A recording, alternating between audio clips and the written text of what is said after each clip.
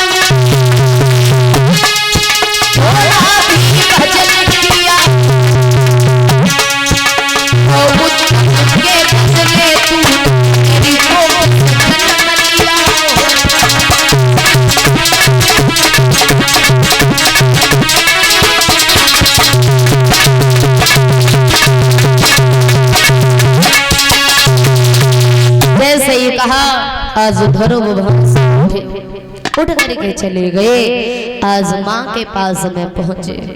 जैसे ही माँ ने देखा बेटा को रोते हुए, मेरे भैया पूछने लगी, मैया बेटा किसने मारा है तुझे? तूने किसी का क्या बिगाड़ दिया, क्यों रो रहा है?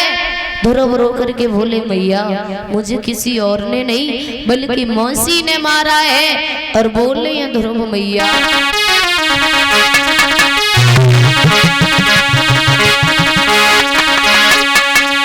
रोई रोई कहे ध्रुव सुकुमार, और मैया मोई मौसी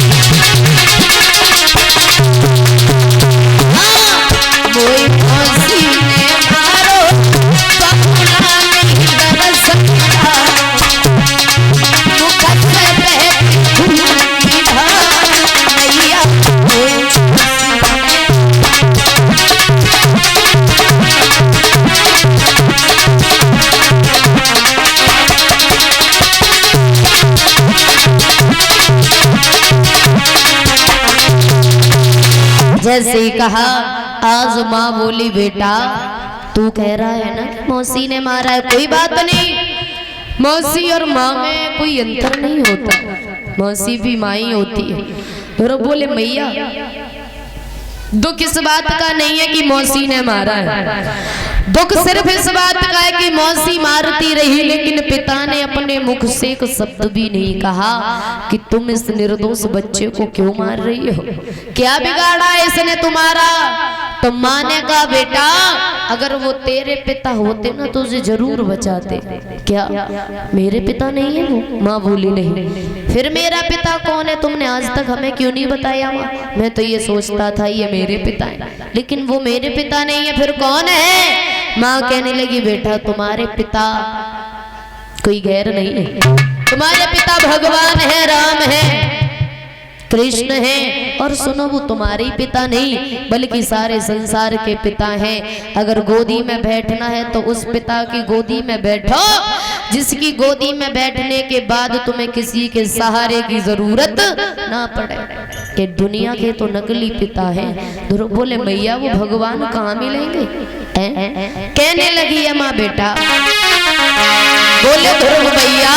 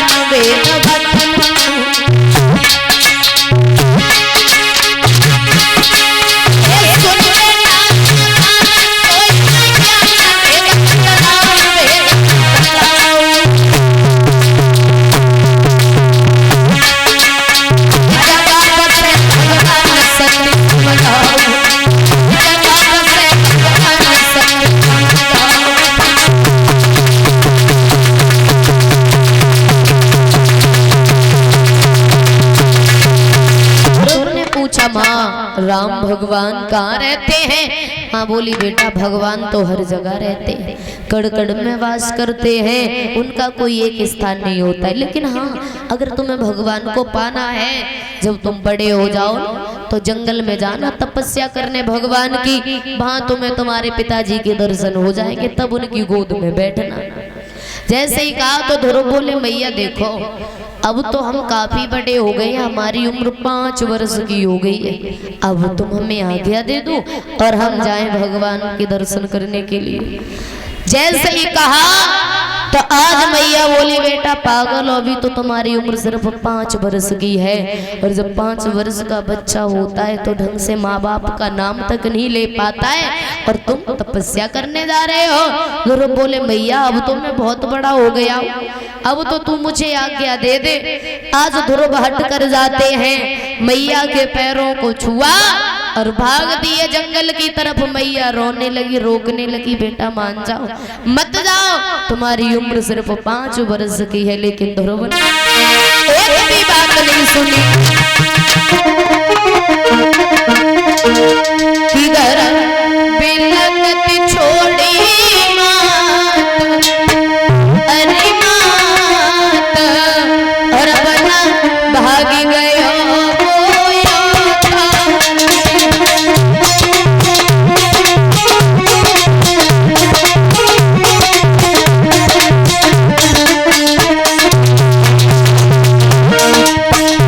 घर में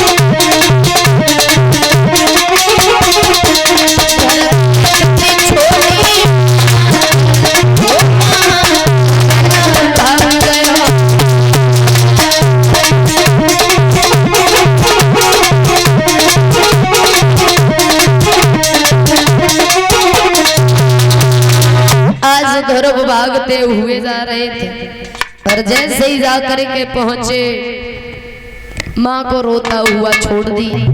जंगल में गए और जैसे ही देखा देव ऋषि नारद जी ने, कहने लगे क्यों बेटा?